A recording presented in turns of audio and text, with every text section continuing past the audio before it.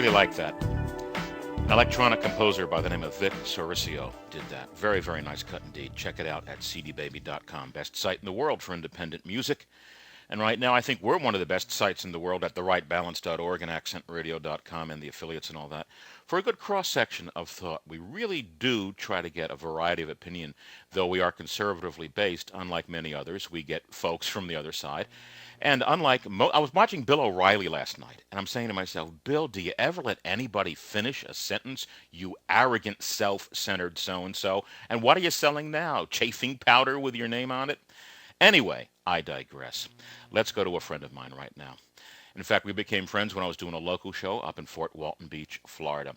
He wrote a book a couple years ago called Understanding Evangelicals, A Guide to Jesus Land. He does a lot of writing for newmediajournal.us and others. And he had one of the world's really great sons as well. In fact, a recent article concerns the late Eddie Jeffers. Dave Jeffers, how are you? Thanks, Greg. Glad to be here. Well, Bill O'Reilly should be selling some chafing powder. He causes a lot of chafing. I just wish he'd let someone come. Seriously, he gets good guests, and he never lets anybody finish a thought. It's always as though it's only his opinion that matters. My favorite week to watch Bill O'Reilly is on Friday when Laura Ingram's hosting, or Michelle Malkin. That's normally when I check in.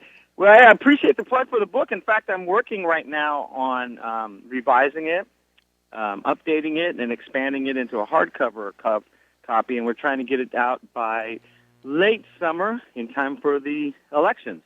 Now, are you going to have anything on legendary Viking Love God talk show hosts?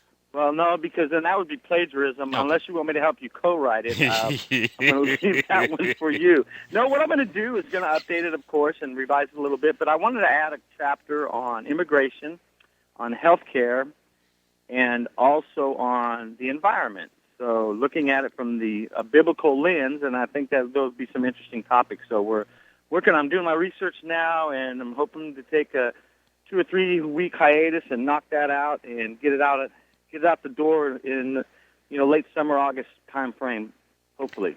Well, let's talk about this in the general sense. Then I want to talk about your article, My Little Boy Became a Man, because you know what I think about Eddie. So I just want you to talk about that to some extent. But what I find curious right now is with your book, for example, Understanding Evangelicals.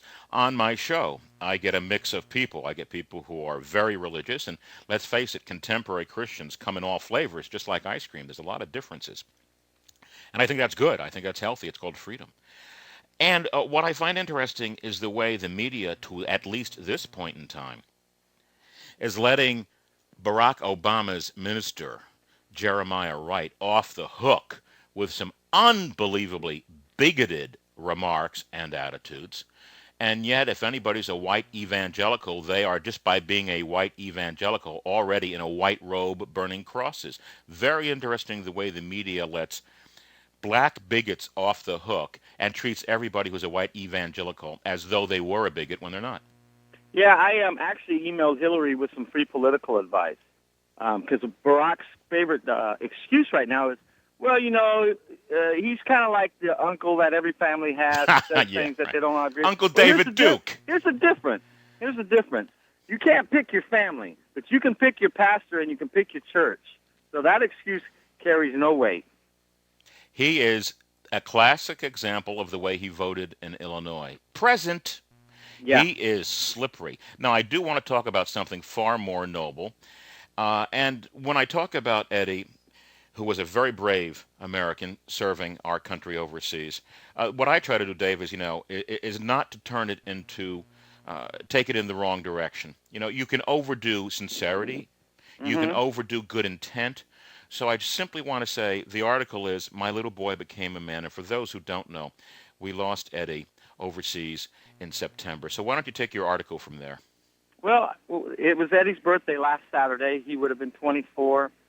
And just kind of reflecting back on his life, and I wanted to share a little bit more about who he was, and mainly because people know him as a great writer, and also many people question the authenticity of Eddie's writing.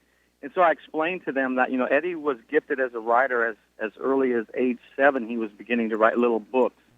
And at age 11, he actually read one of the books that I had my students read at a leadership academy. And once he read it, he sat down and explained stuff to me that just, it literally stunned me, his ability to analyze things and he was only 11 at the time. He actually did a much better job at character analysis than some of my seasoned non-commissioned officers were able to do.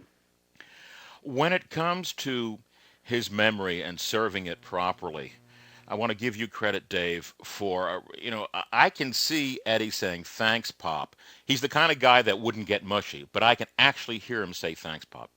Yeah. He that's what I wrote about, too, because, I wrote about how, in the article, how you are so good at throwing curveballs in your interviews. And when you asked Eddie the first time, why do you love your dad? He just kind of looked at me perplexed, and he was like, he almost looked apologetic, like, Dad, I can't come up with anything profound. And all he said was, I love him because he's my dad. And that just blessed me so much in the simple truth, because that's all Eddie knew. I was his dad. I had always been there for him. And he just honored me greatly with that. And so, yeah, he was a pretty simple guy. I mean, he was very open with his feelings. He was very loving to people. And so, yeah, I think he would appreciate it. That's like I also on my blog on describing the funeral, and had Eddie attended his funeral, he would have said, they did that soldier right, Dad. Let's do this, Dave. We're coming up to a commercial break. As it relates to the various things you're writing about at your blog, which on the other side of this break will certainly give you, what we call them, the blatant capitalist plug. And I want to talk about something that you're writing about, the shift in evangelicals, if you will. The movement has something of a shift, ? We'll talk about it after these words.